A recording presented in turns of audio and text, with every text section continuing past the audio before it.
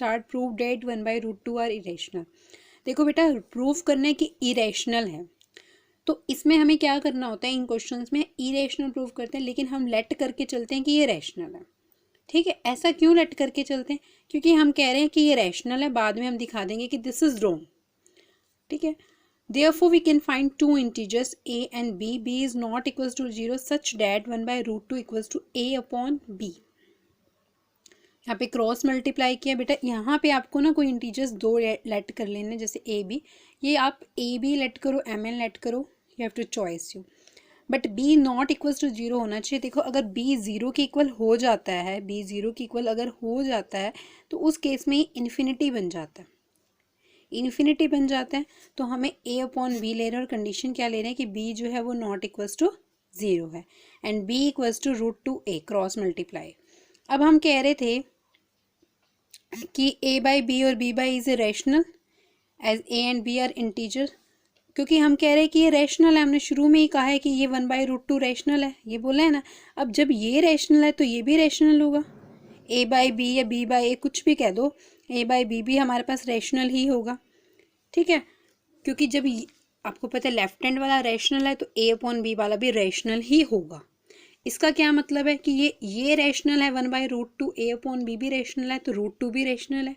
But ये बात तो गलत है, क्योंकि हमें पता है हमारे पास जो रैशनल और इरेशनल नंबर्स होते हैं, क्या होता है रैशनल इरेशनल, हम लोग ये 9th में भी पढ़ के आते हैं। क्या होता है बेटा रैशनल और इरेशनल नंबर? जो ये हमारे पास रियल नंबर्स होते हैं ये 2 टाइप्स के होते हैं, one is rational and second is irrational. तो इरेशनल रैशनल हमारे पास होते हैं सिंपल, ये 2, 3, 4, 5 ये सब रैशनल। इरेशनल होते हैं √2, पाई, 3.14, ये सब हमारे पास इरेशनल होता है। देखो √4 इज नॉट इरेशनल क्योंकि √4 का 2 होता है। तो अब यहाँ पे क्वेश्चन था √2 था, तो हमें पता है √2 क्या होता है, वो तो इरेशनल होता है और हमारे इस बात की अकॉर्डिंग क्या आ रहा है, रैशनल आ रहा है। तो हमने जो सपोज किया था वो हमारा रॉन्ग हो गया, कॉन्ट्राडिक्ट हो गया, तो इसका मतलब ये इरेशनल है।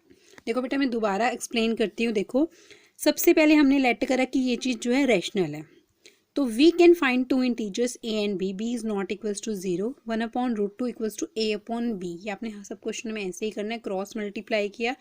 अब हम कह रहे थे कि 1/√2 रैशनल है, तो इसका मतलब a upon B is rational there as a and b are integers. तो इसका क्या मतलब है, जब ये रैशनल है तो √2 भी रैशनल है, बट हमें पता है कि √2 तो रैशनल हो ही नहीं सकता क्योंकि √2 तो इरेशनल था। इसका मतलब हमने जो सपोजिशन अजम्पशन रेट करी थी वो क्या होगी, ट्रू होगी, सॉरी फॉल्स होगी। तो इसका मतलब 1/√2 क्या हो गया, इरेशनल।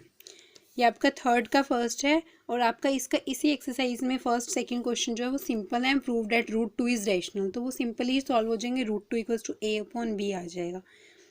ठीक है, क्लियर। मैं एक और क्वेश्चन इसका एक्सप्लेन करती हूँ। Prove 7/√5 is irrational. देखो यहाँ पे भी हमने लेट कर लिया कि 7/7√5 is rational. We can find two integers a and b, b is not equals to 0, 7√5 equals to a upon b, तो √5 क्या आ जाएगा, a अपॉन 7b। हमें पता है ये रैशनल होगा, ये रैशनल होगा, सेम उसी चीज़ की तरह जैसे वहाँ पे लेट किया था पीछे, ये तो रैशनल होगा और हमारी सपोजिशन वही वाली रॉन्ग हो गई है, तो इसका मतलब 7√5 हो गया, क्या हो जाएगा, इरेशनल। ये इस टाइप से सॉल्व करने। I hope you have to clear this question.